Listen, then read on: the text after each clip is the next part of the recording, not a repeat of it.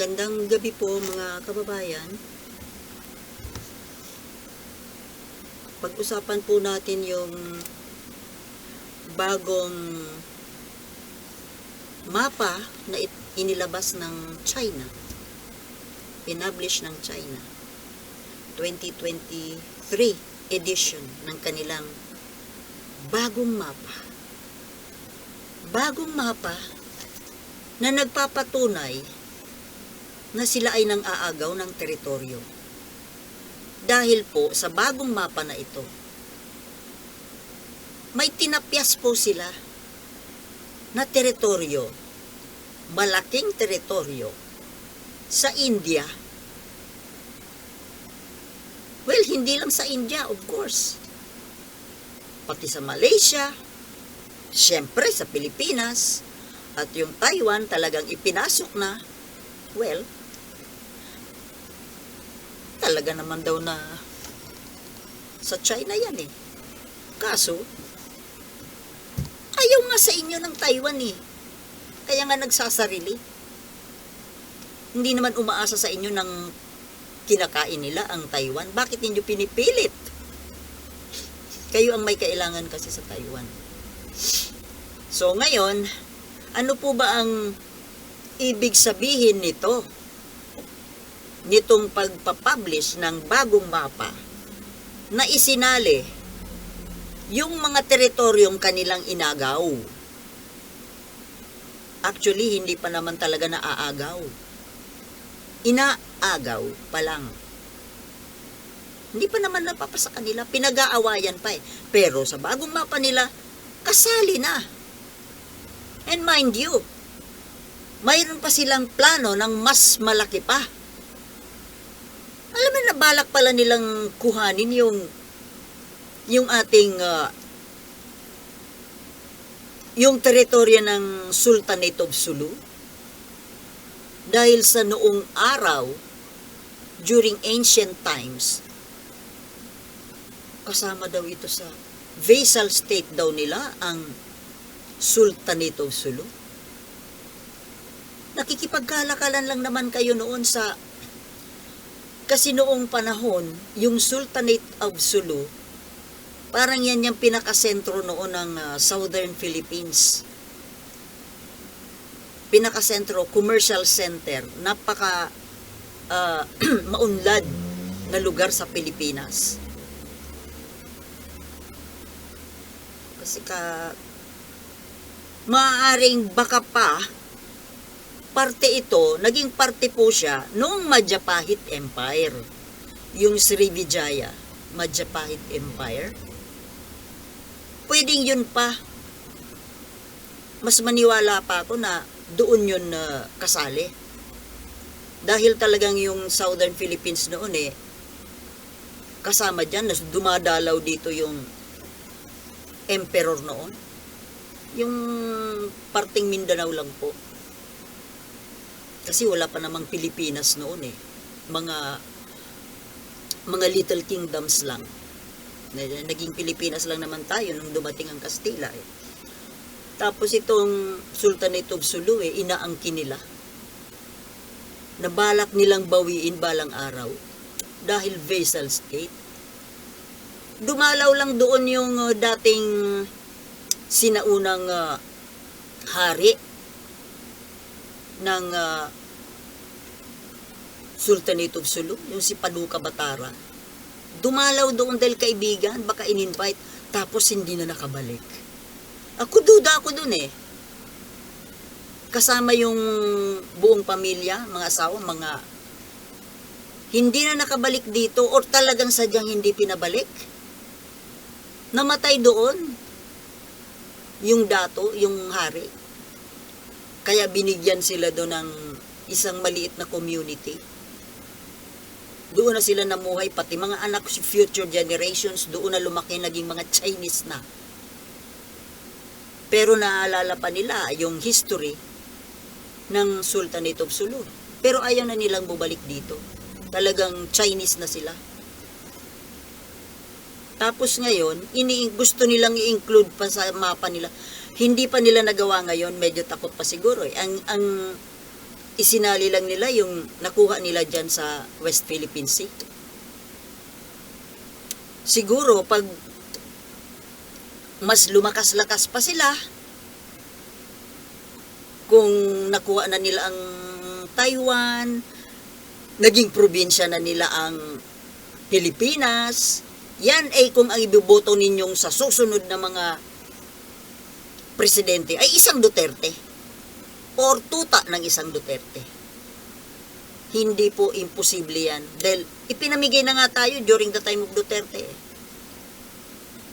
O hindi na nila kailangang lusubin. Kusa. At ang isasabay nila sa mapa nila, hindi lang yung part ng Mindanao, yung Sultanate of Sulu, kundi buong Pilipinas na. Sige kayo. Kawawa naman yung mga maiiwan na mga future generations natin pag nagkataon. So ito nga, dahil nagprotesta, umangal yung India, yung Malaysia, natural Pilipinas, na kung bakit ganitong klase mapa ang ginawa. At ang sabi po ng Pilipinas, hindi natin kinikilala yan. Of course. Pero yung India po, galit na galit. Dahil, although nasa hawak pa ng India sa ngayon, since ginawa ng mapa, pwedeng lusubin na nila yun. Hindi ko sa kasawapangan, hindi mo maintindihan kung anong klaseng may kaluluwa ba itong Chinese government na ito? Hindi po yung mga Chinese citizens, ewan ko yung mga brainwash na rin sila Gustong-gusto nila rin yan, siyempre, madagdagan ng kanilang teritoryo. Ang sabi po ng ating government, hindi natin yan kinikilala. Ang kinikilala natin, yung teritoryo natin. Wala tayong pakialam sa kung anong dinodrawing nila dyan. Dyan po papasok na yung malaking gulo. Kasi, in the future or in the near future, since nasa mapa nila yan, balang araw, hindi pa ngayon balang araw, kapag nagkataon na ang isang presidente natin ay mahina, at tuta ng China, ang dali-dali na nilang kunin yung nasa mapa na teritoryo natin. Kaya dapat po sa ngayon, kailangan tayuan na po yan ng i-militarize na po yung ano natin dyan, yung mga teritoryo dyan sa karagatan. Dahil yun po ang mangyayari. May banta po ang China na kapag sila ay lumakas, babawiin nila yung mga teritoryo na inaakala nilang kanila, including this Sultanate of Sulu. At syempre, pati Palawan na yan. Unti-unti na yan, buong Pilipinas na.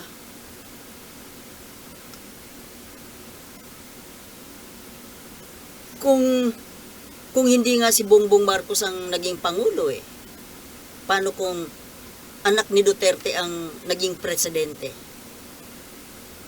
O di tuloy-tuloy na. Wala na. Baka wala na tayong bansa. Kagaya ng warning ni Ambassador Romualdez. Posible na mawalan tayo ng bansa kapag nagkamali po tayo ng iboboto na Pangulo. Kapag bumoto tayo ng tuta ng China, mawawalan tayo ng bansa.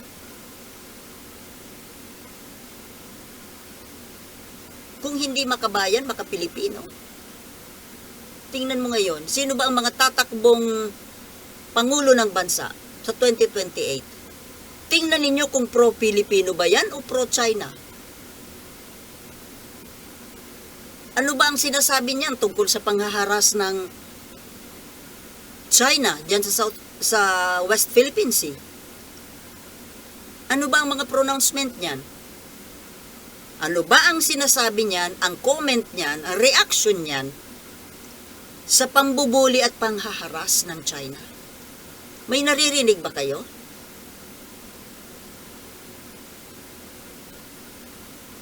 Kumusta naman yung tatay niyan? Pro-Pilipino ba o pro-China?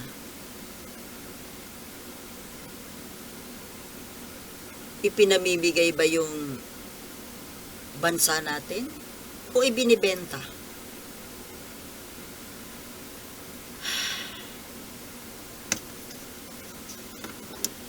Ito kasi pong China,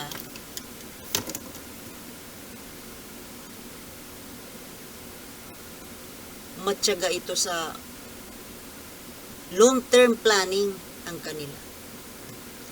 Matagal na silang, di ba, civilization. One of the four earliest civilizations. Medyo humina lang ng mga nakaraan, pero bumabalik. At ngayon nga, powerful siya. Pero, over the years, over the centuries, sila ay nagtatag ng kanilang mga teritoryo sa buong mundo. Diba? Lahat ng bansa mayroon silang teritoryo. Chinatown. Hindi lang iisa. Diba dito sa Pilipinas, diyan sa Manila may Chinatown. Sila-sila lang yan. Sila-sila ang nandyan. Sila ang namamayagpag. Although, hindi naman tituladong kanila. Pero parang gano'n na rin. Sila-sila lang ang naghahari dyan. At naghahari na po sila dito sa bansa natin. Saan-saang lugar sa buong mundo may Chinatown. Nagkalat ang mga Chinese at hindi sila kagaya ng mga Pilipino na pag nasa ibang bansa, domestic help, driver, nurse, hindi ko minamaliit pero ganun tayo. Kumbaga, nangangamuhan. Pero ang mga Chinese, nagnenegosyo. May nakita ka bang Chinese ngayon sa ibang bansa na namamasukan ng maging katulong? Noong unang panahon, oo, dito sa Pilipinas, namasukan din, nag-umpisayan din silang katulong. Katulong. Pero, actually, iilan lang yun. Ang ginawa talaga nila, nagnegosyo talaga. Umpisa sa maliit. Pabenta-benta ng lugaw, ng taho, hanggang sa lumaki. Ganun sila mag-invade ng isang bansa. Mag-colonize. Soft colonization. Hindi coercive. Hindi kagaya nung ginawa ng mga Western na colonizers na by sword, by bullets, sa pilitan, by force. Pero ang Chinese iba, matagalan nga lang, pero sureball. Tingnan mo sa Pilipinas ngayon, sino ba ang hari dito? Ilang Chinese na ang naging pangulo. Yung mga nasa Kongreso, mga nasa Senado. Sa Senado, ilang Chinese ang nandyan?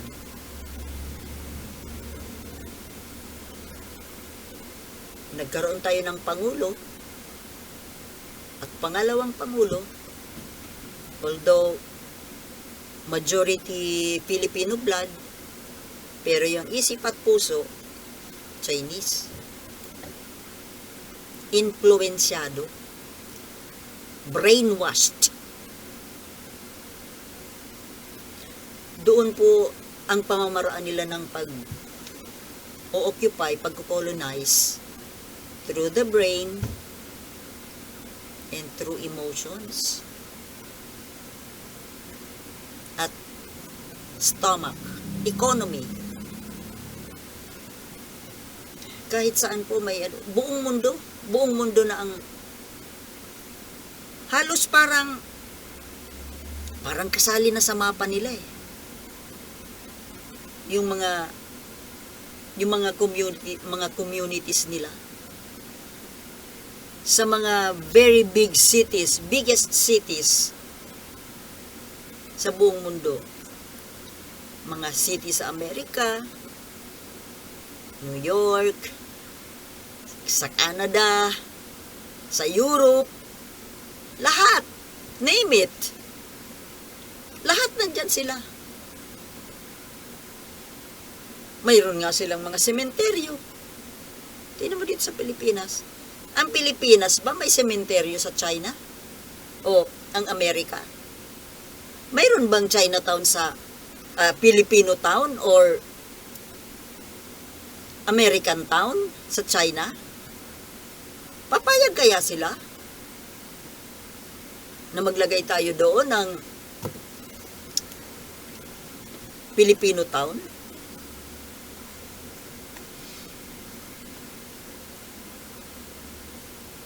Sana magkaroon ng deal, na bigyan din tayo doon katapat ng isa dito, isa doon.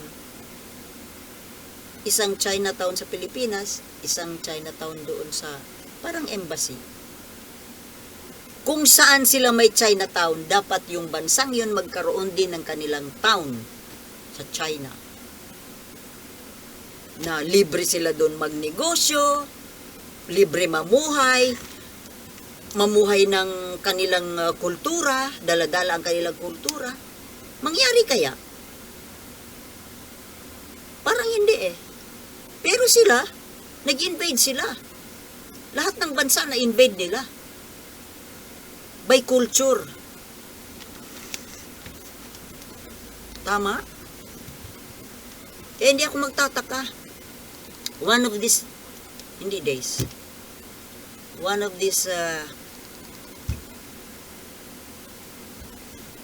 the near or far future, kasi depende yan sa magiging economic situation nila ngayon. Sana nga bumagsak na ang economy nila para hindi na yan sila makapagporma. Pero nagawa nilang bumangon, bumagsak man sila, magagawa pa rin nilang bumangon.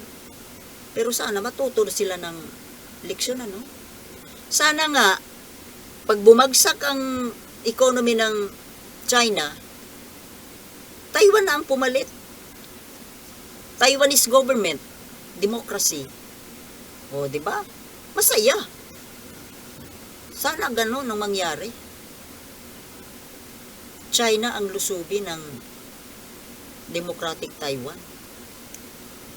Walay mo. Walang imposible pag ginusto. Diba? Okay, hanggang dito na lamang muna po at nagugutom na ako. Thank you for watching and see you next time.